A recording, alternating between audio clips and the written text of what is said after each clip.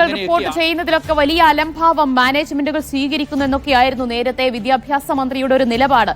ഒരു കുറ്റപ്പെടുത്തലൊക്കെ ഉണ്ടായിരുന്നു. അതിൽ നിന്നൊക്കെ പിന്നാക്കം പോയിട്ടുണ്ടോ വിദ്യാഭ്യാസ മന്ത്രി?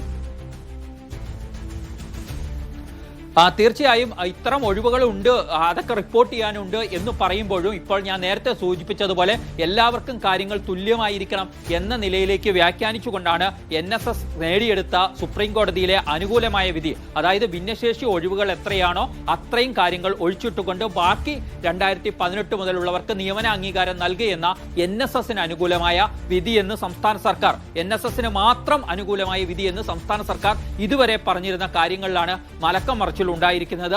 അത് തിരഞ്ഞെടുപ്പ് എത്തുമ്പോഴുള്ള തിരിച്ചടികൾ കൂടി ഭയന്നുകൊണ്ടാണ് സർക്കാരിന്റെ ഇപ്പോഴത്തെ പിന്മാറ്റം എന്നാണ് നമുക്ക് മനസ്സിലാക്കേണ്ടത്. കാരണം നേരത്തെ വിദ്യാഭ്യാസ മന്ത്രി വി ശിവൻകുട്ടി അടക്കമുള്ളവർ വാദിച്ചിരുന്നത് സർക്കാരിന് നിയമപരമായി മാത്രമേ മുന്നോട്ട് പോകാൻ കഴിയുള്ളൂ, നിയമോപദേശത്തിന്റെ അടിസ്ഥാനത്തിലാണ് സർക്കാർ അത്തരത്തിലൊരു നിലപാട് നേരത്തെ സ്വീകരിച്ചത് എന്നായിരുന്നു എടുത്തിരുന്നത്. 2 തവണയാണ് സർക്കാർ അക്കാര്യത്തിൽ അഡ്വക്കേറ്റ് ജനറൽ അടക്കമുള്ളവരുടെ നിയമോപദേശം തേടിയത്.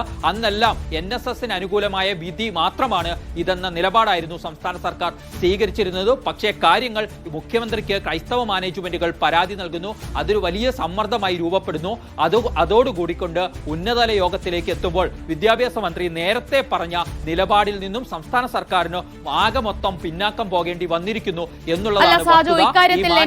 അനുകൂലമായ തരത്തിലുള്ള ഒരു വിധി തങ്ങൾക്കും വേണമെന്ന് ആവശ്യപ്പെട്ടുകൊണ്ട് വേണമെങ്കിൽ ഈ ക്രൈസ്തവ മാനേജ്മെന്റുകൾക്കൊക്കെ സുപ്രീം കോടതിയെ സമീപിക്കാമായിരുന്നല്ലോ.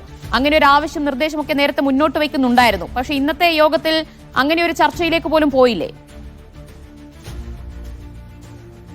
ഇല്ല, ഇനി വീണ്ടും ഒരു നിയമോപദേശം തേടാനോ അങ്ങനെയുള്ള കാര്യങ്ങളിലേക്കൊന്നും സംസ്ഥാന സർക്കാർ ഈ ഘട്ടത്തിൽ പോയില്ല എന്നാണ് നമുക്ക് മനസ്സിലാക്കാൻ കഴിയുന്നത്. അല്ലെങ്കിൽ സുപ്രീം കോടതിയിലെ മാനേജ്മെന്റുകൾ സുപ്രീം കോടതിയിൽ പോകട്ടെ, അല്ലെങ്കിൽ പോകാൻ അവരോട് ആവശ്യപ്പെടാനോ ഒക്കെയുള്ള ആലോചനകൾ നേരത്തെ ഉണ്ടായിരുന്നു. പക്ഷേ ഇന്ന് അത് വേണ്ടതില്ല എന്ന ഒരു തീരുമാനം സംസ്ഥാന സർക്കാർ എടുത്തിരിക്കുന്നു. പകരം സമാനമായ ചില കേസുകൾ 16 സുപ്രീം കോടതി പരിഗണിക്കുന്നുണ്ട്. അപ്പോൾ NSSന് അനുകൂലമായി സുപ്രീം കോടതി നൽകിയ വിധി മറ്റു മാനേജ്മെന്റുകൾക്ക് കൂടി ബാധകമാണ് എന്ന് സുപ്രീം കോടതിയെ അറിയിച്ചുകൊണ്ട് മാനേജ്മെന്റുകളുടെ ആവശ്യം അംഗീകരിച്ചു കൊടുക്കാം എന്ന ഒരു നിലപാടാണ് ഇന്നത്തെ യോഗത്തിൽ ഉയർന്നു വന്നത്. അതിന്റെ അടിസ്ഥാനത്തിലുള്ള തീരുമാനമാണ് എടുത്തിരിക്കുന്നത്. രാഷ്ട്രീയമായ സമ്മർദ്ദങ്ങൾക്ക് സർക്കാരിന് വഴിപ്പെടേണ്ടി വന്നിരിക്കുന്നു എന്ന കാര്യത്തിൽ യാതൊരു വിധത്തിലുള്ള സംശയവുമില്ല. പക്ഷേ അത് അംഗീകരിച്ചു നൽകാൻ വിദ്യാഭ്യാസ മന്ത്രി തയ്യാറല്ല. ക്രൈസ്തവ മാനേജ്മെന്റുകളുടെ സമ്മർദ്ദത്തിന് വഴങ്ങിയതാണോ സർക്കാർ എന്ന ചോദ്യത്തിന് അങ്ങനെ സമ്മർദ്ദത്തിനൊന്നും ഈ സർക്കാർ വഴിപ്പെട്ടിട്ടില്ല, അങ്ങനെ നിങ്ങൾ വ്യാഖ്യാനിക്കേണ്ടതില്ല, എല്ലാവർക്കും തുല്യമായ അവസരവും നീതിയും കിട്ടണം എന്നതാണ് നിലപാട്. അതിന്റെ അടിസ്ഥാനത്തിൽ എടുത്ത തീരുമാനമാണ് ഇത് എന്ന് പുതിയ വ്യാഖ്യാനം നടത്തുകയാണ് ഇന്ന് വിദ്യാഭ്യാസ മന്ത്രി വി ശിവൻകുട്ടി ചെയ്തിരിക്കുന്നത്. എന്തായാലും തീരുമാനം സാജു ക്രൈസ്തവ മാനേജ്മെന്റുകൾക്കൊക്കെ വലിയ ആശ്വാസം നൽകുന്നതല്ലേ? അതുപോലെ തന്നെ നിയമന അംഗീകാരം കാത്തുകിടക്കുന്ന നിരവധി അധ്യാപകരും കൂടി ഉണ്ടല്ലോ, അവർക്കും വലിയ ആശ്വാസം നൽകുന്നതല്ലേ ഈ തീരുമാനം?